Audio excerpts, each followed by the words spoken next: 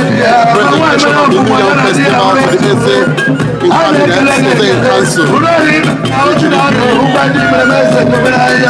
This is the hour when I leave.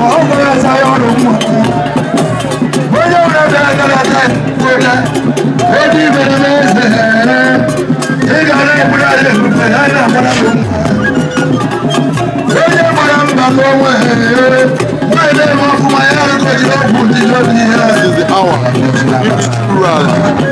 Okay, Ronnie Jawaji.